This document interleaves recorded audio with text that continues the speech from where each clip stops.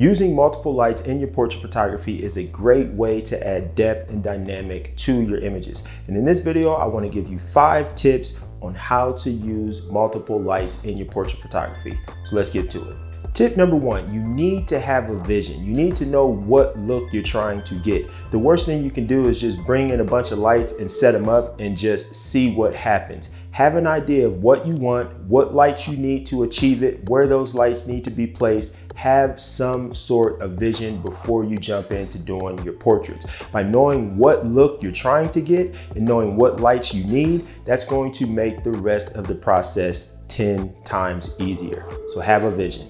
Tip number 2, start with just one light. I often see people bringing in 2, 3, 4, 5 lights. They set all of them up, they turn all of them on at the same time, and they just start shooting. And then they make adjustments and they really don't know what each light is doing and where the light is coming from in the scene.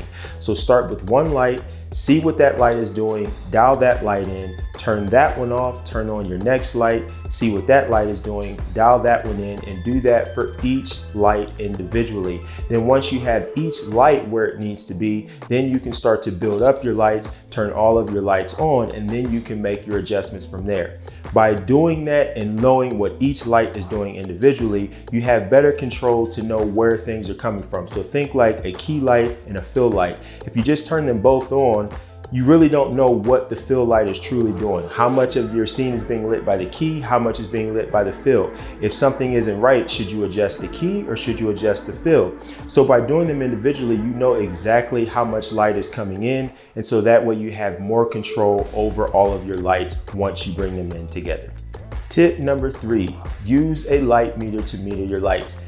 Now I know that one's a little controversial because some people don't like using light meters. And if you don't have a light meter, if you don't like using a light meter, that's fine. You actually don't have to use a light meter. But when it comes to multiple lights, a lot of times you want to have a ratio. So if you know you want to have a 4:1 or 8:1 ratio with your key and your fill, it's a lot easier to get there with a light meter than it is to take pictures, chimp, and keep making minor adjustments. So if you have a light meter, you can meter each light individually, get to the ratio that you want to be, and you can start shooting. And this is especially important if you're moving around lights when you already have a subject or a client in place. You don't want to waste their time and you don't want to look like you don't know what you're doing. So if you're in a studio environment or wherever you're using your multiple lights, doesn't have to be studio, it's just easier to meter the lights. It gets you where you need to be and you're ready to go. So tip number 3, meter those lights.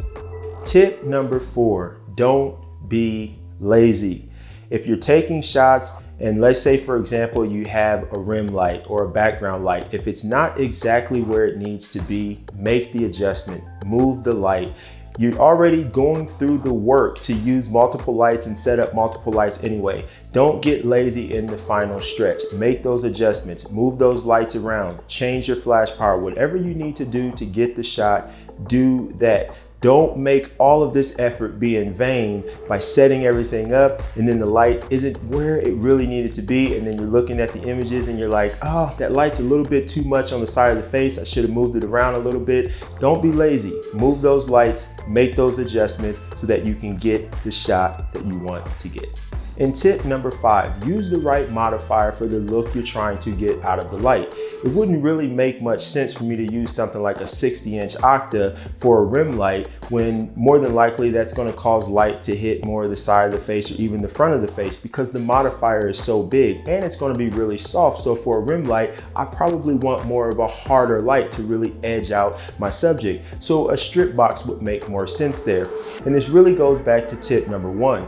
Understanding your vision and what you're trying to get. If you know what you're trying to get, that will help you decide what modifier you need to use to be able to get the look that you want. If you want something that's more moody, again, you wouldn't want to use a 60-inch modifier for your key light because that's going to be a large light source. So your light's going to be really soft and your transition from highlight to shadow is going to be really smooth. So it's not going to be very moody. So you would want to use a harder light to be able to give you that mood that you're looking for. So when you know what you want to get, make sure you're using the right modifier to give you that look.